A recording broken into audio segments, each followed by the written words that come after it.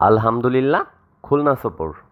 ৭ গম্বুজ মসজিদ বাংলাদেশের অন্যতম প্রাচীন একটা নিদর্শনা। খান জাহান আলীর হাতে তৈরি আমাদের এই ৭ গম্বুজ মসজিদ। তো এইবারের উদ্দেশ্য ছিল ৭ গম্বুজ মসজিদ ঘোরা। তো চারপাশটা খুব সুন্দর করে ঘুরলাম। প্রাকৃতিক সৌন্দর্য, সুউচ্চ গাছ, সব মিলেই খুবই পরিকল্পিত এবং নিখুঁত একটা সৌন্দর্য এবং ভালো লাগার একটা জায়গা। পাশেই বড় একটা দিঘি। ঠিক আছে, গম্বুজ মসজিদ আমাদের বাংলাদেশের অন্যতম একটা প্রাচীন নির্দেশনা। আমাদের একবার হলেও ঘুরে আসা উচিত। এখান থেকে আমরা হয়তো অনেক কিছু জানতে পারবো। তো পাশে আবার আমাদের সিঙ্গারের মসজিদ নামে একটা মসজিদ, যেটা আমার কাছে খুবই ভালো লাগলো, আমাদের এলাকার নাম।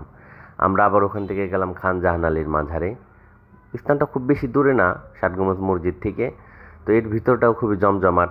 এটা তো মাজারের জন্য, যাই হোক মাজারটাও খুবই সুন্দর ছিল।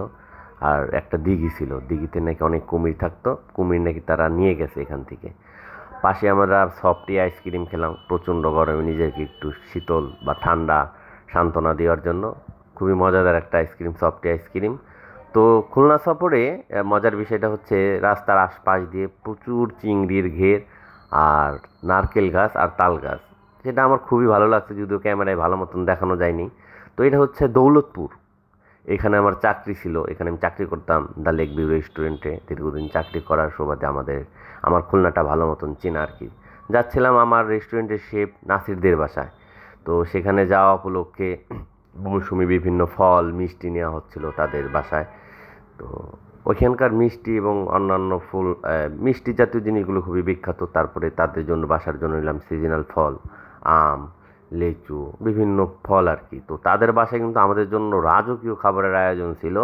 এইটা ছিল জাস্ট নাস্তা, মানে খাবারের জগতে এমন কোনো খাবার নাই তার আয়োজনে না রাখছিল।